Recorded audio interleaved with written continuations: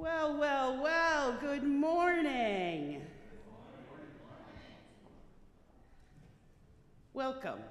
I am Reverend Karen LeBlanc, and I minister to this church as we minister to each other here at First Unitarian. We are a people creating beloved community here. We believe in practicing and promoting the UU values of justice, equity, transformation, pluralism, interdependence, and generosity in our congregation, and that all of those values always spring from the love at the center that guides us all. We are people of purpose in this church, and we work to make sure that everyone feels welcome in this meeting house.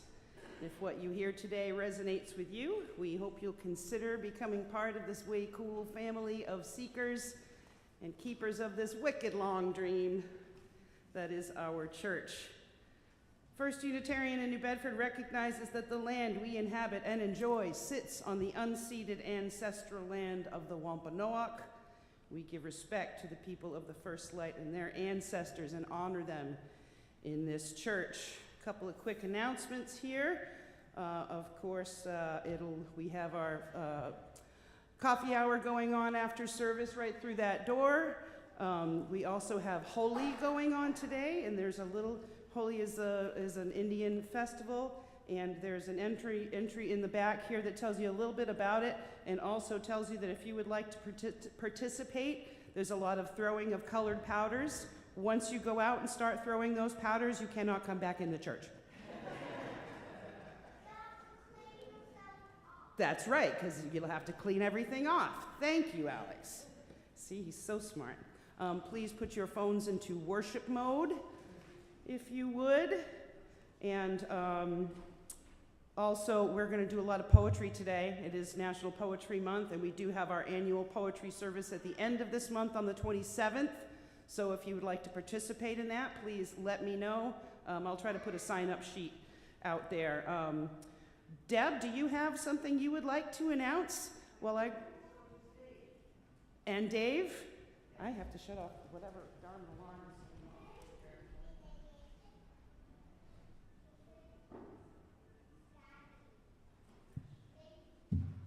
So we're going to be starting the pledge drive at sending out letters at the end of the month. And I just wanted to let everybody know that there's a lot of different ways that you can support the church with your paying your pledge. We send in a check every month. Another person that I know sends a check at the beginning of the year and they're done. And Dave? And also through the website, there's a Give Butter program. You can set up, I'm probably not standing close enough, sorry. You can set up automatic payments at whatever frequency you like, weekly, monthly, or quarterly, through the Give Butter donate button on the church's website, and it gives you the option to flag it as your pledge and not just a random donation. All right. Now, did you want to make an announcement now, Yasmin? Okay. All right, then, let's get up on our feet for a quick moment of movement. Okay, we're going to take a few deep breaths.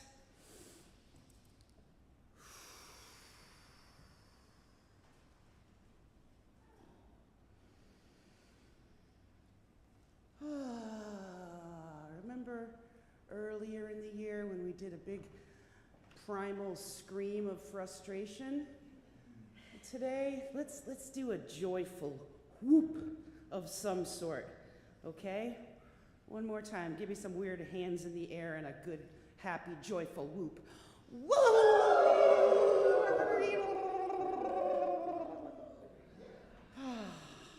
Elbows up.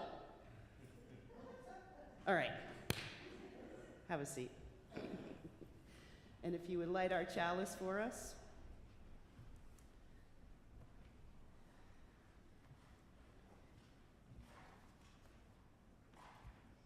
Look carefully.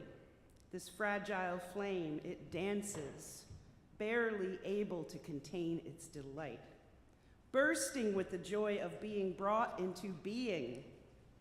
And it seems to want us to do the same. So this morning, may we let let it lure us into letting go of the worries, of the stiffness that sets in after all the striving, of the myth that productivity alone gives us purpose. This garden of life we've been given is a playground, friends. The work and worry can wait.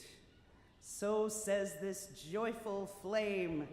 And here comes our joyful family coming through the doors. Good morning. Our opening words this morning are from Reverend Scott Taylor. I love this. It's called It's Flung. Joy doesn't simply arise, it flies. It flings. No, it's flung. It is passed. It is spread between you and me, between the one who just received a gift and the one that has been looking for it for oh so long. It's a beautiful and elegant contagion over which we have more control than we know, if only we share it. If only we notice that joy is not ours to keep, but ours to pass on. So let's light up the world, my friends. Joy blesses us with its exuberance, so we can make that blessing grow. And now, my church, join with me in singing our first hymn, number 100 in your gray hymnal. Please rise as you are willing and able.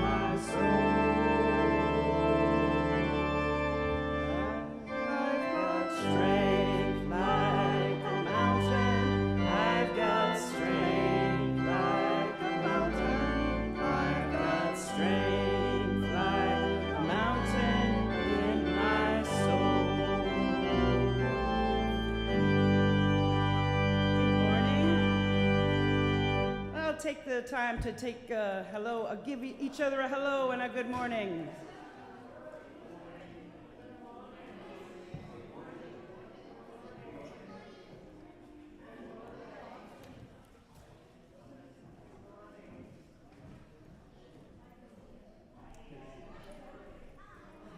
Now we are going to read our covenant together, if you will remain standing.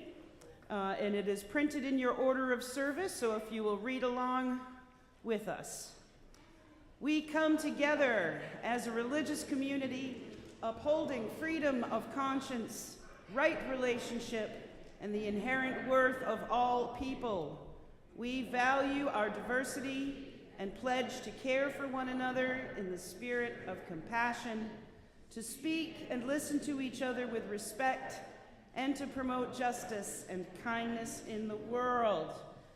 Now, if you don't, go ahead and sit down. Miss Yasmin is going to tell us a story. Who doesn't have a flag yet? Cora, I don't think you got one? All right, anybody else that I can grab one for? Okay, good. We just don't know the countries of the flags we're holding. Americans are not known for their geography. Geology rocks and geography is where it's at. Hi everyone. Our theme this month for April is joy. And we're also celebrating Holy. And I tried to find an appropriate story, and I just didn't feel comfortable because I don't really know it enough other than the colorful aspect of it and the rituals and the beauty of that religion coming together to celebrate. So a couple of things. If you don't already remember me constantly saying that love is the ultimate center of our religion, of our you values, right? Justice, pluralism, transformation, equity, generosity, and interdependence, all rooted around love. And so I want you to remember that, because I call this story Holy, Holy. I didn't really know what else to do. So it's the Festival of Colors, a vibrant Hindu celebration marking the arrival of spring, which, yay, we all celebrated a couple weeks ago. The triumph of good over evil, which has always existed. With all the craziness, we prevail. The divine love between Radha and Krishna. Like, who doesn't love a love story? The colorful powders, the music, the food. It is a sensory experience. I feel like it's why I exist. It's music, food, religion, and color. So culture cultivates joy. It gives us those moments to remind us of the close relationships in our lives.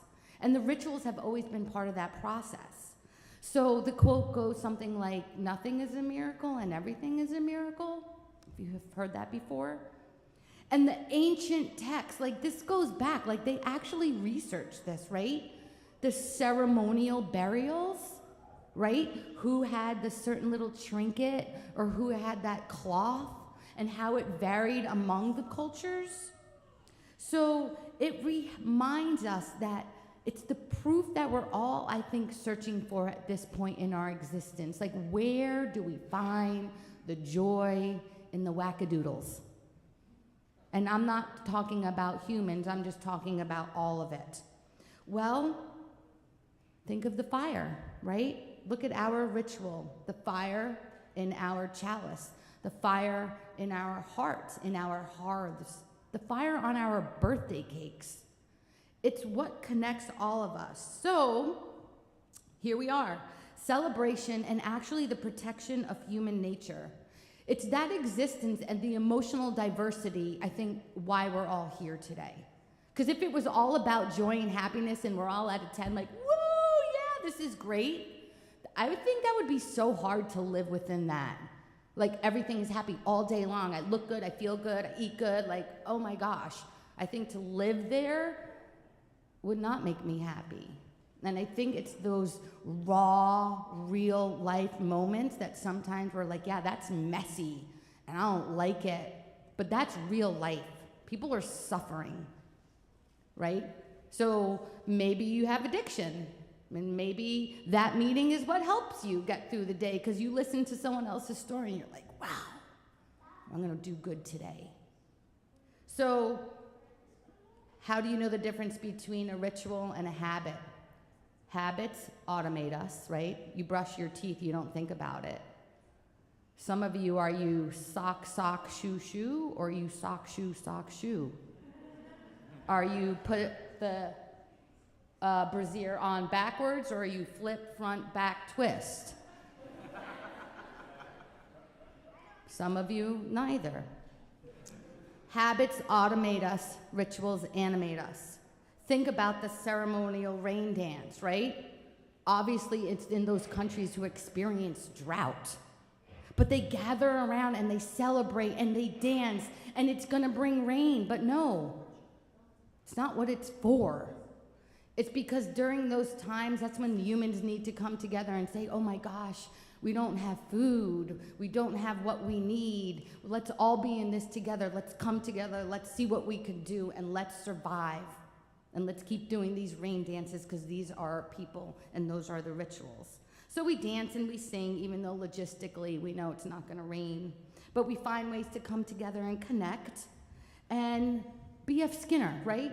Your behavioralist. He's got the pigeons. He puts them in the box. They know, they peck, they get the tap, they get the treat. Well, he decided, well, let me just do this random experiment, and I'll just give them snacks and food at random times all day long. But you know what the pigeons did?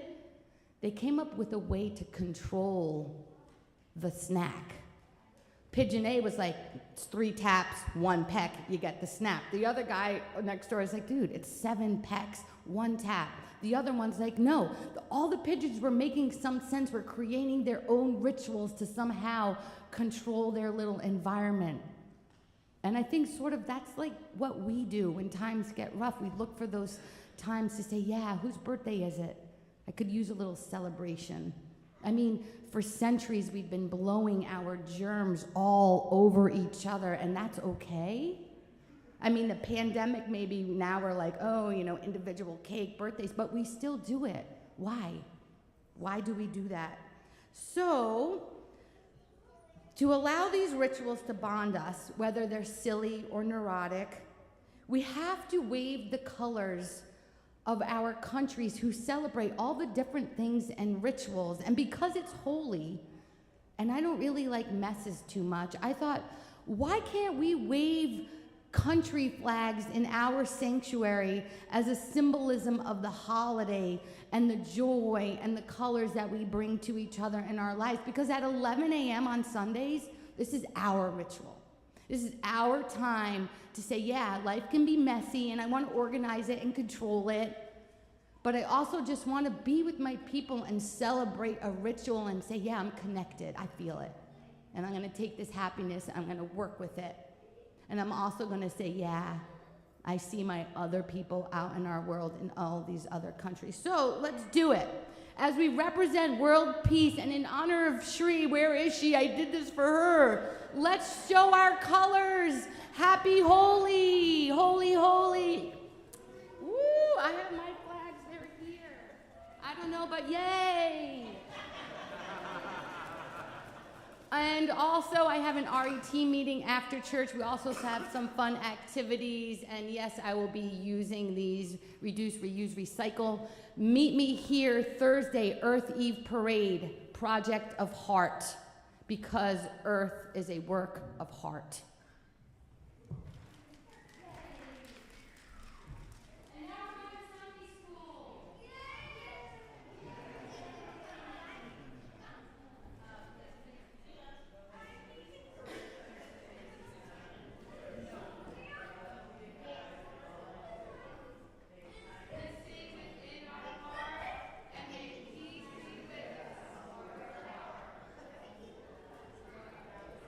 Oh my gosh, Toby, I love your dinosaur. Now that is a joyful thing that Toby is wearing, and I want one so bad now. I must have a dinosaur blanket to run around in. Now is the time in our service where we ask you if you would like to share with us your joys or your sorrows or your concerns. If you have something you would like to share, please come on up. Tell us your name and briefly tell us what you would like to celebrate. Since Yasmin mentioned birthdays, I know that Mari and Brennan were taking the train to Boston today with their daughter for his birthday. And next week, I won't be here because it's my birthday. Woo! The big 5-5. So I'm going to light a candle for that.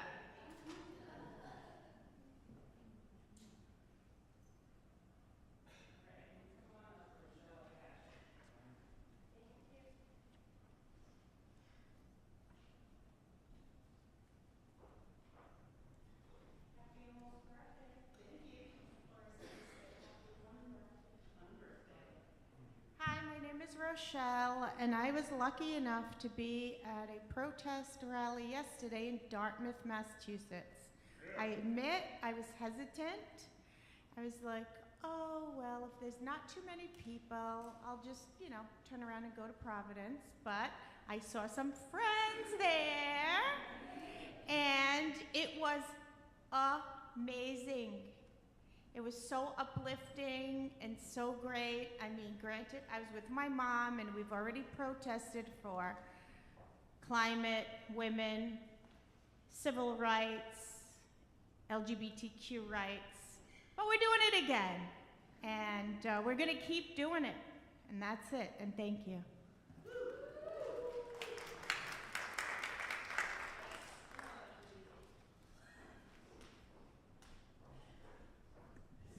Good morning. I went to Boston for that rally, and it was spectacular. There were thousands of people there. It was mobbed, and there were a lot of speakers, and they haven't got the numbers yet, but it was really spectacular. And I just wanted you all to know there are a lot of people out there who are protesting, and we just need to keep standing up and shouting and making our voices heard and known.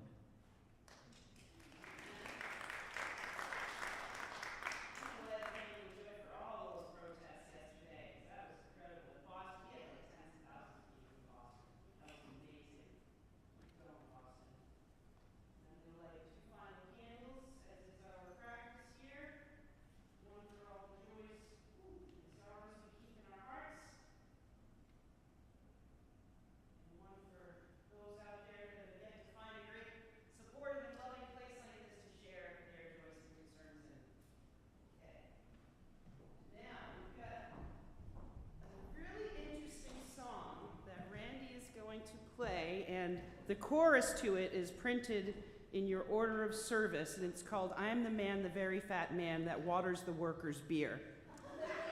And now, and Randy's going to sing it for us, the verses, and it is so poignant and perfect for right now that I suggest you go home and look up the lyrics to it if you don't really get it today, right now, because it's amazing.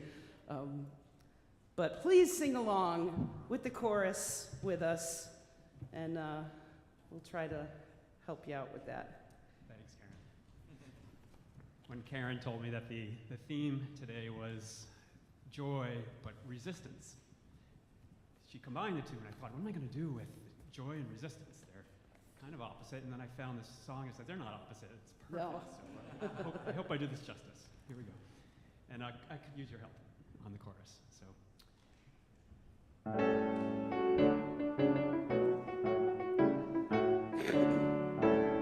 I'm the man, the very fat man that waters the workers' beer. Yes, I'm the man, the very fat man that waters the workers' beer.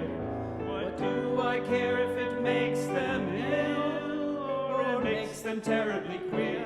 I've a car, a yacht, and an aeroplane, and I water the workers' beer. When I make the workers' beer, I put in strychnine, some mentholated spirits, and a drop of paraffin. But since a brew so terribly strong might make them terribly queer, I reaches my hand for the water tap, and I water the workers' beer. I'm the man, the very fat man that waters the workers' beer. Yes, I'm the man, the very fat man that waters the workers' beer. What do I care if it makes them ill or it makes them terribly queer? I've a car, a yacht, and an aeroplane, and I water the workers' beer. A drop of good beer is good for a man who's thirsty, tired, and hard. And sometimes I has a drop for myself from the special lot. But fat and healthy working class is the thing that I most fear. So I reaches my hand for the water tap, and I water the workers' beer. I'm the man, the very fat man that waters the workers' beer. Yes, I'm the man, the very fat man that waters the workers' beer. What do I care if it makes them ill or it makes them terribly queer? I've a car, a yacht, and an aeroplane, and I water the workers' beer.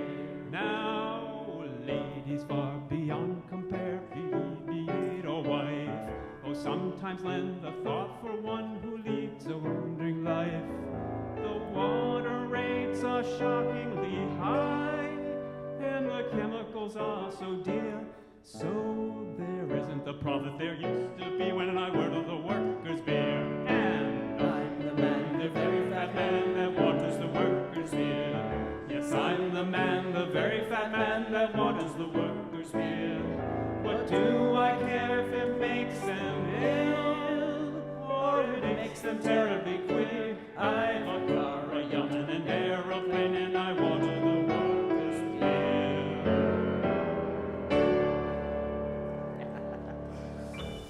About what year do you think that was written? Probably the 30s, maybe? Yep. That was fun. Please turn in your hymnal to number 536 for our responsive reading. 536. Our wonderful local poet Mary Oliver from the Cape was. I will read the plain type if you will answer with the italicized type. Every morning the world is created.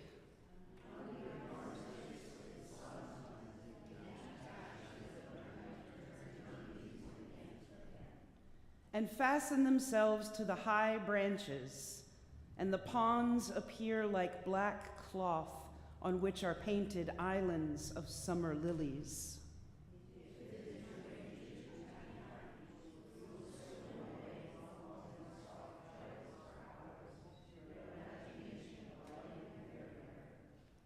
And if your spirit carries within it the thorn that is heavier than lead, if it's all you can do to keep on trudging,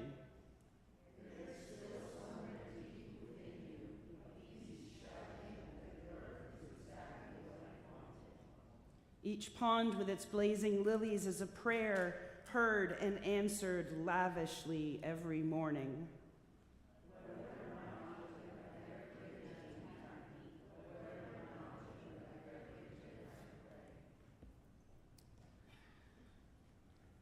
Now, my friends, let us enter into the spirit of prayer and meditation. This is a poem called Welcome Morning by Anne Sexton from The Awful Rowing Toward God. There is joy in all, in the hair I brush each morning, in the towel newly washed that I rub my body with each morning, in the chapel of eggs I cook each morning, in the outcry from the kettle that heats my coffee each morning, in the spoon and the chair that cry, "Hello there," each morning,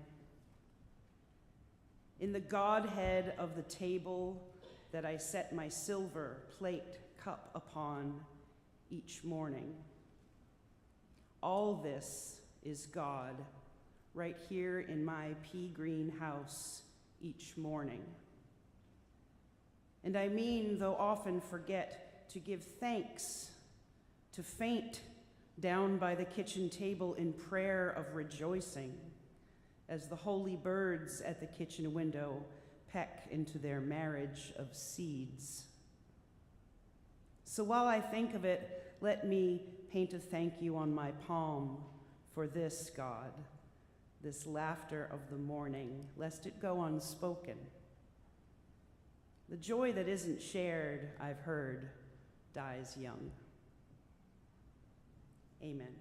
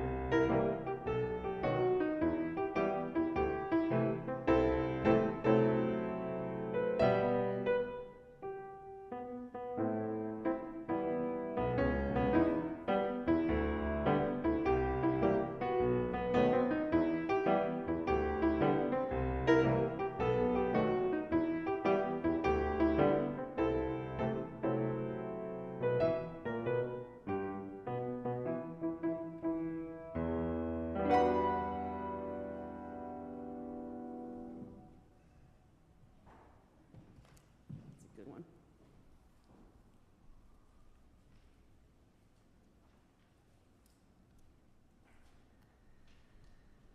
Our second reading is from Adrienne Marie Brown. True pleasure, joy, happiness, and satisfaction has been the force that helps us move beyond the constant struggle, that helps us live and generate futures beyond this dystopic present, futures worthy of our miraculous lives. Pleasure embodied, connected pleasure, is one of the ways we know when we are free, that we are always free, that we always have the power to co-create the world. Pleasure helps us move through the times that are unfair, through grief and loneliness, through the terror of genocide, or when the day's demands are just overwhelming. Pleasure heals the places where our hearts and spirits get wounded. Pleasure reminds us that even in the dark, we are alive. Now, my friends, I found this great hymn, number 345, With Joy We Claim the Growing Light. And I don't know if I've ever done this song before, so let's give it a try. Please rise as you are willing and able, and Randy will play it through for us once. It is pretty simple, Deb.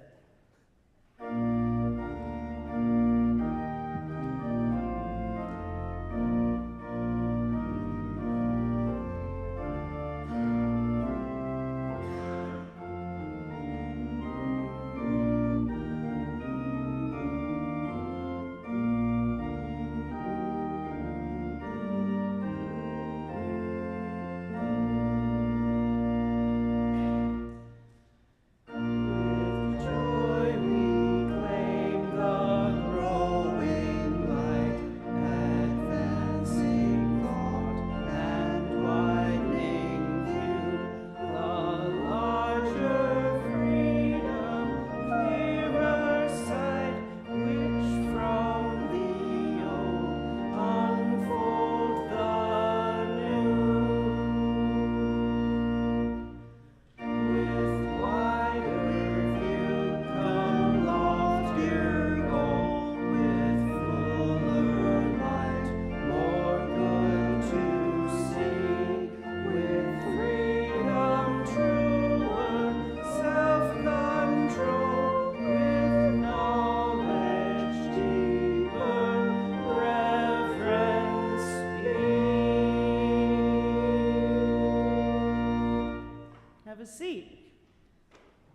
That was a Longfellow poem, which is perfect for today as well.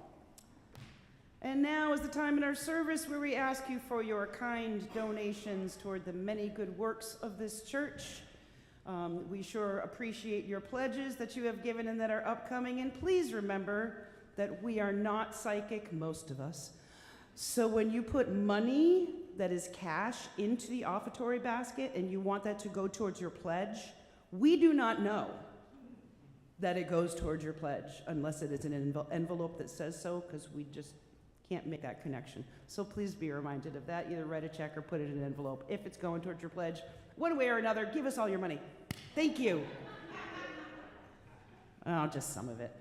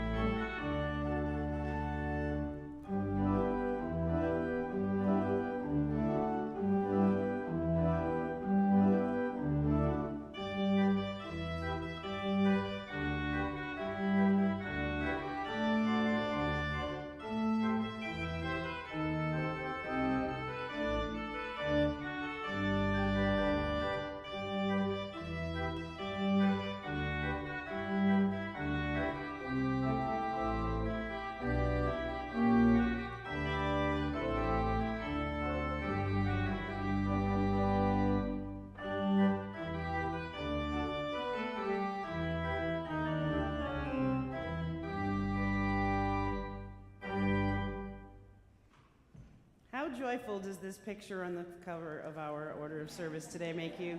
Right? So glad. First thing that brought a huge smile to my face today. So my church, I am so pumped to talk to you about our Soul Matters theme of living love through the practice of joy today.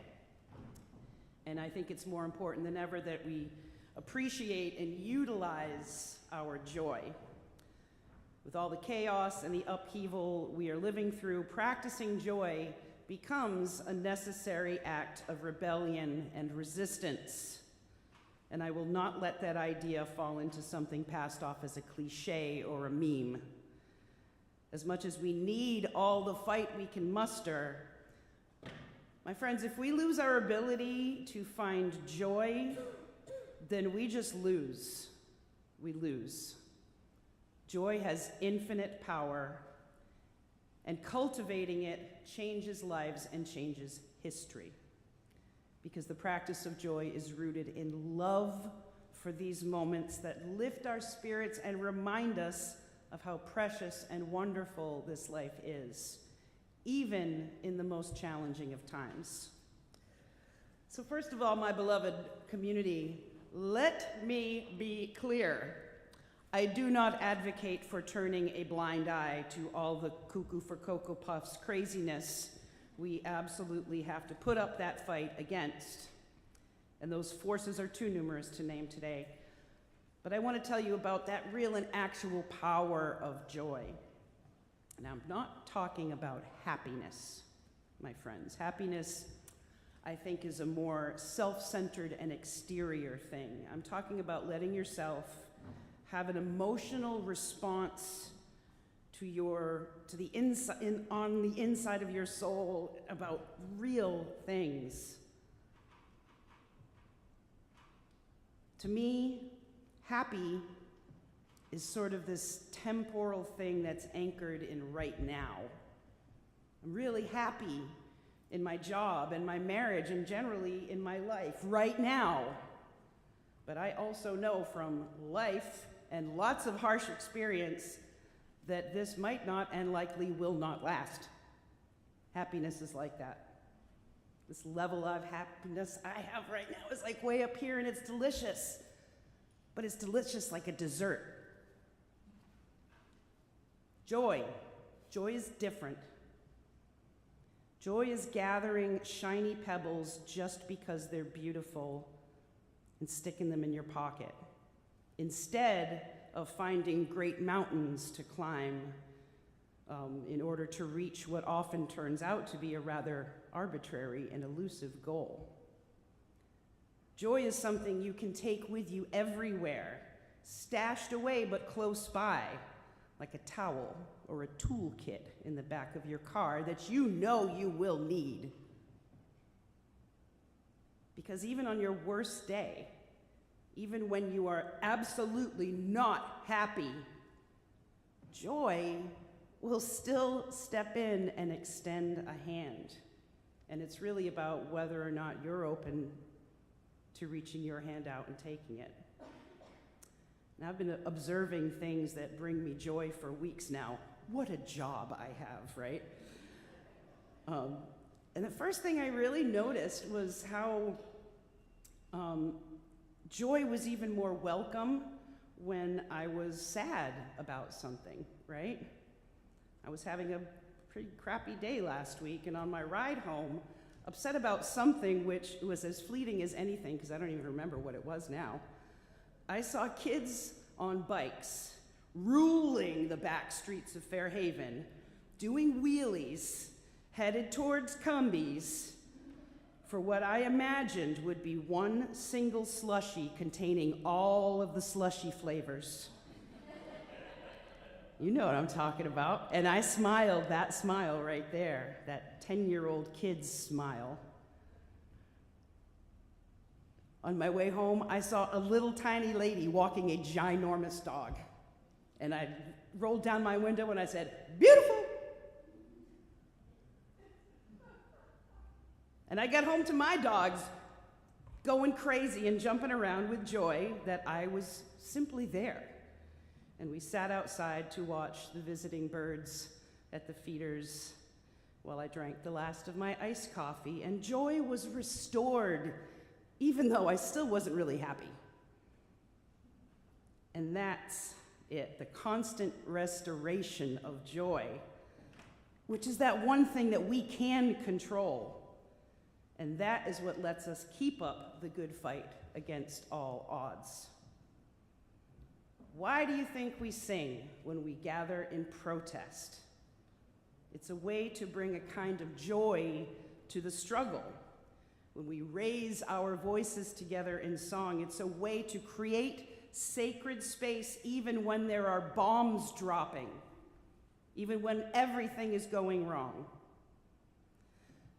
Church, I know in my bones that the very last thing that the Grinches want to find are all the Who's in Whoville down in the valley singing, instead of crying and feeling beaten down when all their presents and baubles have been taken away, right?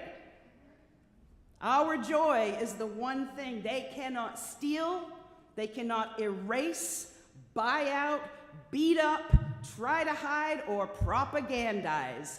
Our joy is ours, and where it comes from and how we find it is uniquely our own, and it can be harnessed to help us keep ourselves balanced enough to do the hard work that we have to do.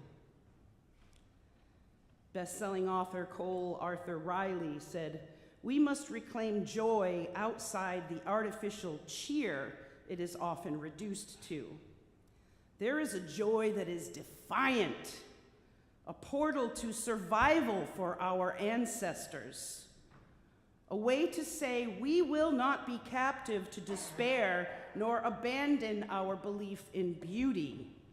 Joy with teeth." Joy with teeth, my friends. That is every protest song, that is every work song, that is every song of freedom. It's a little bit of joy with teeth. Now, I found an interesting video in my search this week from, it's called Niche Nonsense. And I had just put into the search, joy is an act of resistance, and came up with this. And it reminded me a lot of the Harris Walls campaign and the joy that they were really trying to bring to that campaign.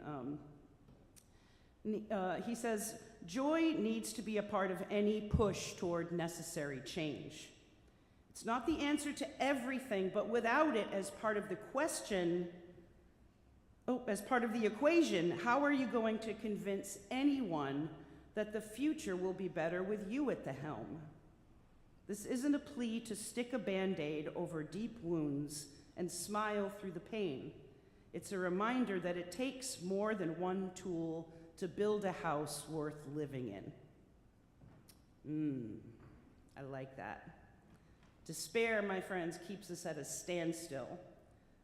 Finding joy in small things is an active choice to move you toward a better future. Now, I think TikTok has been so successful because its algorithm feeds your joy as much as your righteousness in some kind of weird, perfect contrabalance that no one has been able to replicate yet. So just the other day, 1 minute I'm watching, in just tears rolling down my face, watching the Lithuanian political and religious leaders, along with thousands upon thousands of their people, pay such considerate tribute to the 4 American soldiers who died in a training exercise in their country. It was deeply moving.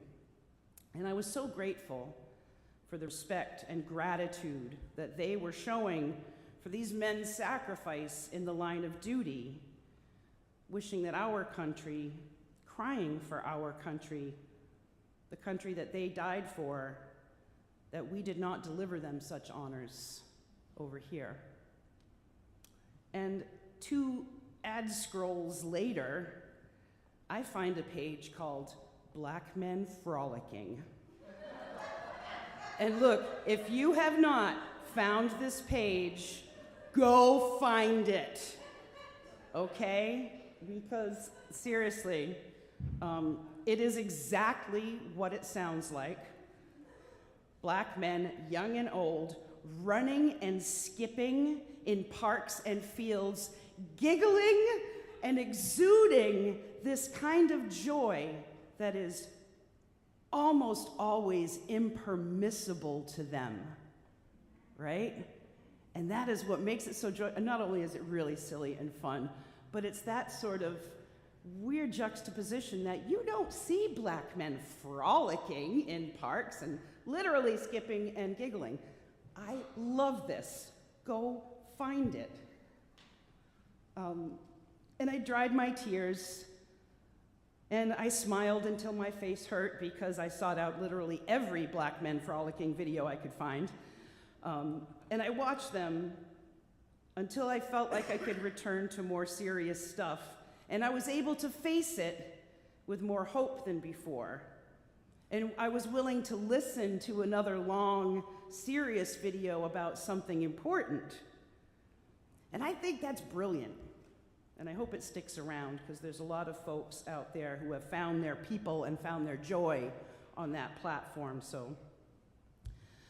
But who knows what the future's gonna bring for social media, for journalism, for comedy, for the arts, for the parks, for our healthcare, for our economy, or our educational system, or our environment. Oh boy, I've only got an hour, so I'll leave it there. But you see how just one sentence right there brought your blood back up and made you want to joyously sing a protest song? These things walk together, my friends. Joy and despair, they walk together holding hands. Writer, musician, and visual artist Shira Ehrlichman explains what I'm getting at like this. I want to offer you some joy, which is not rage's nemesis after all, but its wise older sister. Always remember that the cultivation of joy must not merely exist alongside rage, but as a lantern throwing clarity over all of it. Our capacity to address our anger and not be consumed by it relies on joy. What revitalizes us and reminds us of our humanness? What highlights why we're here in the first place? What teaches our heart's openness? Joy. It's joy. Now, the Talmud, who's the primary source of Jewish religious law and theology, says this: a person will be called to account on Judgment Day for every permissible thing they might have enjoyed but did not. Isn't that a different way to think about spirituality and religion, huh? I invite you to think about that a few times this month. Imagine if we approach thinking about how our souls might be judged by every permissible thing they might have enjoyed but did not, instead of the weight of our sins, right? Ooh, that flips the script. And it makes finding our joy a mandate for a good life and a ticket to heaven. Imagine that. It tells us that the real sin is to live in fear of being happy and in fear of feeling joy whenever the universe drops it at our feet, because it just drops it at our feet an awful lot. Life is short, my friends. It's short, and a little joy goes a long way. So what joys are you denying yourself, and why? How can you bring more joy into your life and into the lives of others? That, my friends, is good soul work for this month and for always. And you know what? Just thinking about it actually gives you a little rush of serotonin, helping you to deal with all the crazy that every day brings. It ups your joy just thinking about it. Maria Popova, who is a Bulgarian essayist and poet, says, "In this world heavy with robust reasons for despair, joy is a stubborn courage we must not surrender to. A fulcrum of personal power we must not yet yield to cynicism, blame, or any other costume of helplessness." I like that. "And when the war within rages, as it does in every life, the practice of joy, the courage of joy, becomes our mightiest form of resistance." And as Star Trek has taught us, resistance is not futile. So I'll wrap this up with a quote from the Lord of Song, one of my heroes, Nick Cave. He says, "Joy, flighty, jumpy, startling thing that it is, often finds its true voice within its opposite. Joy exists as a bright, insistent spasm of defiance within the darkness of the world." So today and always, my beloveds, let us make room for joy.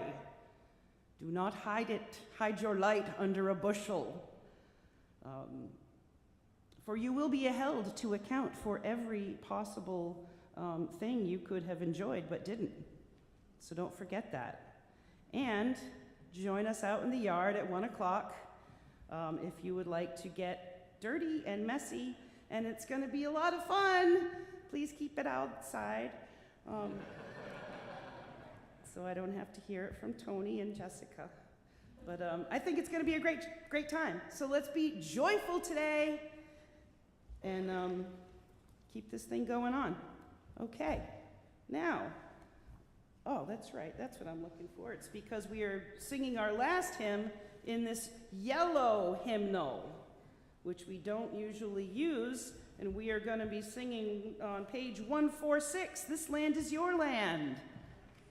We might remember good old Woody Guthrie being one of those people joyfully protesting.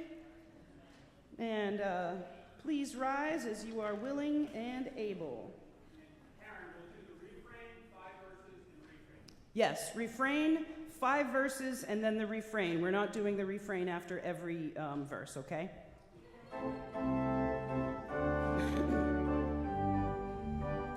This land is your land, this land is my land, from California to the New York Island, from the Redwood Forest to the Gulf Stream waters.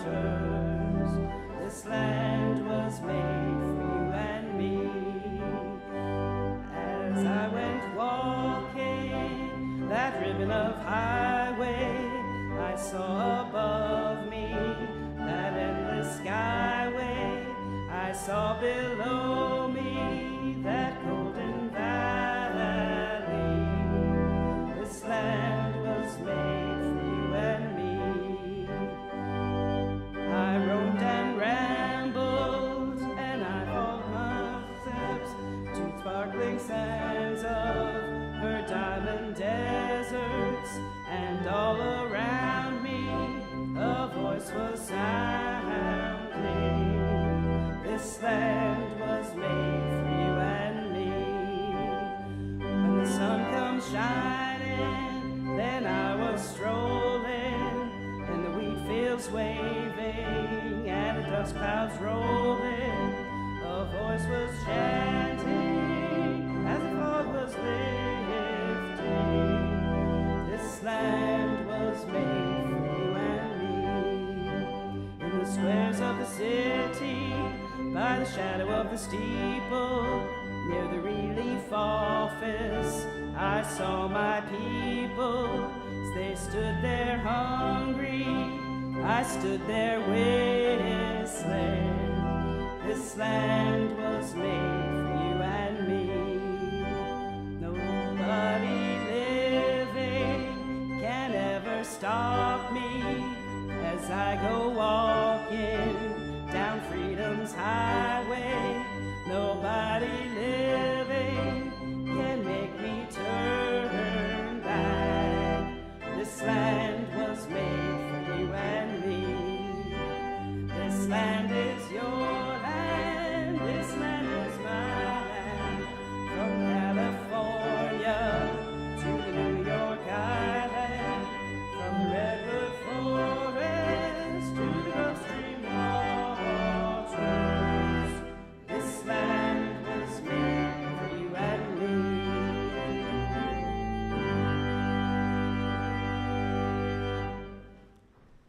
Closing words are from Om Prakash.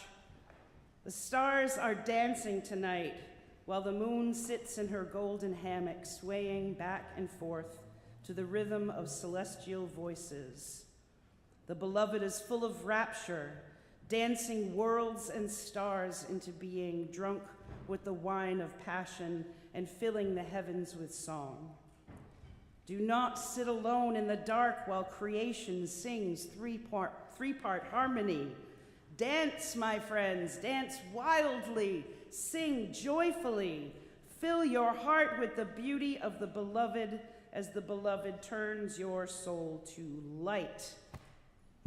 Hold fast, my church. We love you. Stay strong. Live long and prosper. Elbows up. Go in peace.